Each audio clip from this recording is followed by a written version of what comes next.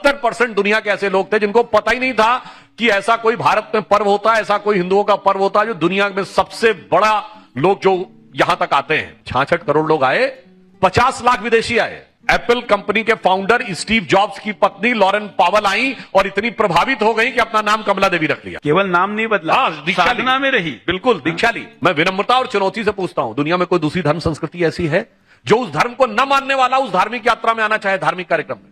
कोई गैर Christian Vatican जाना चाहता है? मैं धार्मिक दृष्टि से कह रहा हूं, टूरिज्म की दृष्टि से नहीं। आइए, कितने गैर मुस्लिम जो है हज करना चाहते हैं, और यदि खुदा ना खास्ता वो इच्छा व्यक्त कर दें तो फट से कहा जाता कन्वर्ट हो जाओ। पहले हमारे यहां 50 लाख लोग आए, किसी से नहीं कहा गया कन्वर्ट हो जाओ। सब आए, श्रद्धा भाव से रहे और चले गए। मगर आप सोचिए, जिनके पास इतना पैसा था वो आए क्यों? पुराना फिल्मी डायलॉग था ना, तुम्हारे मेरे पास सब कुछ है, रुपया है, पैसा है, बैंक बैलेंस है, गाड़ी है, बंगला है, सब कुछ है, तो मेरे भाई फिर काहे आए हो? आप बता रहे हैं क्यों आए।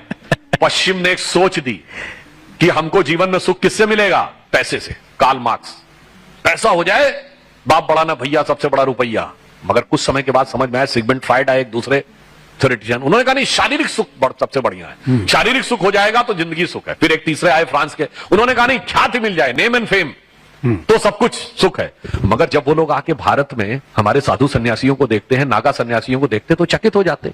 इनको तो ना पैसा चाहिए, ना शारीरिक सुख चाहिए, ना नेम एंड फेम चाहिए। और नेम एंड फेम से वो कैसे अलग रहते हैं? आप किसी नागा साधु के, आपने बहुत किस्से सुने होंगे, किसी का कार्य सिद्ध हो गया, वो किसी नागा साधु को धन्यवाद देने गए तो नागा साधु डांट के भगा देते थे। तो आप कहते हैं ये कैसा विचित्र व्यवहार है, हम तो सिर्फ उनको धन्यवाद देने गए। वो जानते हैं क्यों करते हैं? वो प्रसिद्धि से दूर रहना चाहते हैं। अगर वो आपका साधुवाद स्वीकार कर लेंगे तो आप 10 लोगों को बताएंगे कि बाबा जी की वजह से मेरा काम हो गया, और उनके पास जाएंगे तो वो प्रसिद्धि के मोह में फंस सकते हैं। इसलिए जब वो लोग आके नागा साधुओं को देखते थे तो जानते क्या उनके मन में भाव उत्पन्न होता, जो पश्चिम की सोच और हमारी सोच में, कि वो सुख खोजे भौतिकता में, वो सुख खोजे भौतिकता में, मदिरा में, मांस की बोटी में, ये भस्म रमाए अपने तन पर खुश हैं सिर्फ लंगोटी में।